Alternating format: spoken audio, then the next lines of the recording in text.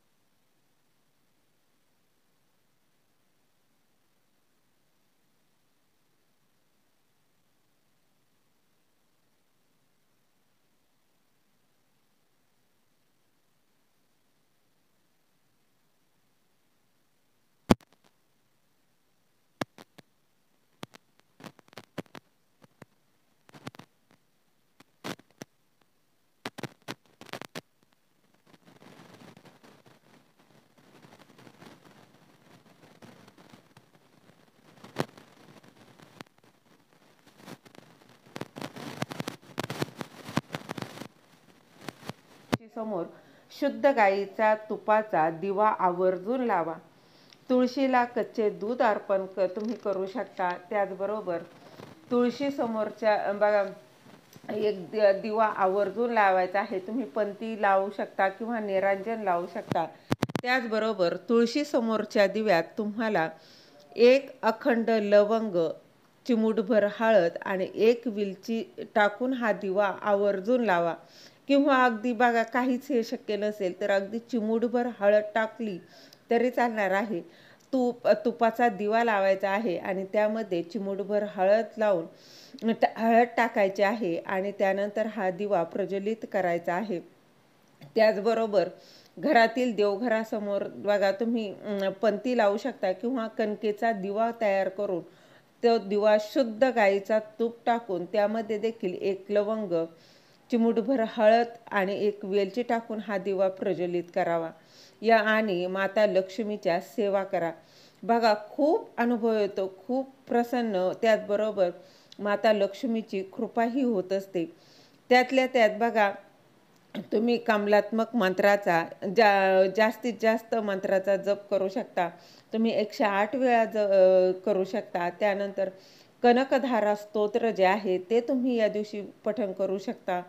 महालक्ष्मी अष्टकम 16 वेळा पठण करा. माता लक्ष्मीची अतिशय उच्च कोटीची सेवा आहे. तिला प्रिय असणारी सेवा म्हणजे बघा महालक्ष्मी अष्टकम आहे, कनकधारा स्तोत्र आहे. त्याचबरोबर विष्णू सहस्रनामाचं पठण करा. बघा विष्णू सहस्रनाम तुम्हाला पठण करायला अवघड जात असेल, म्हणता येत नसेल तर अगदी तुम्ही यूट्यूबला लावून जरी श्रवण केलं ना तरी चालणार आहे. त्याचबरोबर बघा 12 फुलवातींच्या ह्या 24 दिवसांची जी सेवा तुम्हाला जर सुरू करायची असेल ना तर तुम्ही या गुरुपुष्यामृत योग उद्या आहे तर उद्या तुम्ही त्या सेवेला सुरुवात करू शकता. त्या दिवशी हळदीचे उपाय करून माता लक्ष्मीला प्रसन्न करून घेऊ शकता. देवघरात माता लक्ष्मीची बघा तुमच्याकडे मूर्ती असेल किंवा फोटो असेल किंवा अन्नपूर्णाची मूर्ती असेल, तुमच्या कुलदेवतेची मूर्ती असेल तर त्या मूर्ती असेल, टाक असेल तरी काहीच हरकत नाही. त्याच्यावर तुम्ही कुंकुमार्चन सेवा आवर्जून करा. गुरुपुष्यामृत योग हा माता लक्ष्मीला प्रसन्न करून घेण्याचा दिवस आहे तर त्यावर बघा तुम्ही कुंकुमार्चन सेवा अजिबात चुकवू नका. त्याचबरोबर बघा तुमच्याकडं जर श्रीयंत्र असेल तर त्या श्रीयंत्रावर देखील कुंकुमार्चन सेवा करायची आहे. कुंकुमार्चन सेवा कशी करावी, त्या कुंकवाचं नंतर काय करावं याचा व्हिडिओ आपल्या स्वामी कृपा चॅनलवर आहे, तुम्ही तो पाहू शकता आणि त्याप्रमाणे कुंकुमार्चन सेवा करू शकता. या दिवशी जेवढी जमेल ना तेवढी सेवा कराल, त्याचं 100% फळ हे जास्त प्रमाणात मिळतं. म्हणून या दिवशी जास्तीत जास्त सेवा करण्याचा नक्कीच प्रयत्न करा. त्याचबरोबर 9 मंत्र तुम्ही 108 वेळा म्हणू शकता. तसंच बघा गुरुपुष्यामृत योग आहे, गुरुवार आहे म्हणजेच माता लक्ष्मी आणि आपल्या गुरूंचा देखील वार आहे. तर श्री स्वामी समर्थ, श्री स्वामी समर्थ या मंत्राच्या 11 माळी तुम्ही जप करू शकता. कुबेर मंत्र म्हणू शकता, लक्ष्मी गायत्री मंत्र तुम्ही म्हणू शकता, व्यंकटेश स्तोत्र आहे ते पठण करू शकता. बघा त्याचबरोबर प्रत्येक गुरुवारी तुम्ही तुळशीला कच्चं दूध आणि चिमूटभर हळद जर अर्पण केली ना, असं केल्यानं लक्ष्मी प्राप्तीचे जे काही मार्ग आहेत ते मोकळे होत असतात.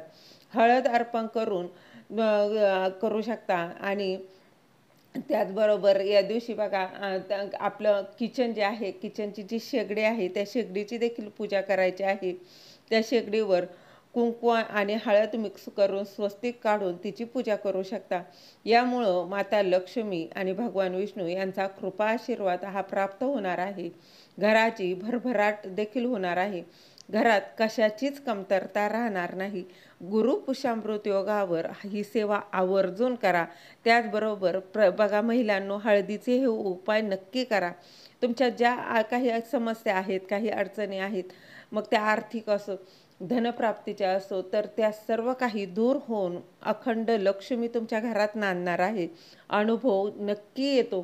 तुम्ही श्रद्धेने, विश्वासाने करा. त्या बघा अनुभव आल्याशिवाय राहणार नाही. झालेली सेवा महाराजांच्या चरणी रुजू करते. दिलेली माहिती तुम्हाला आवडली असेल तर लाईक करा, शेअर करा, सबस्क्राईब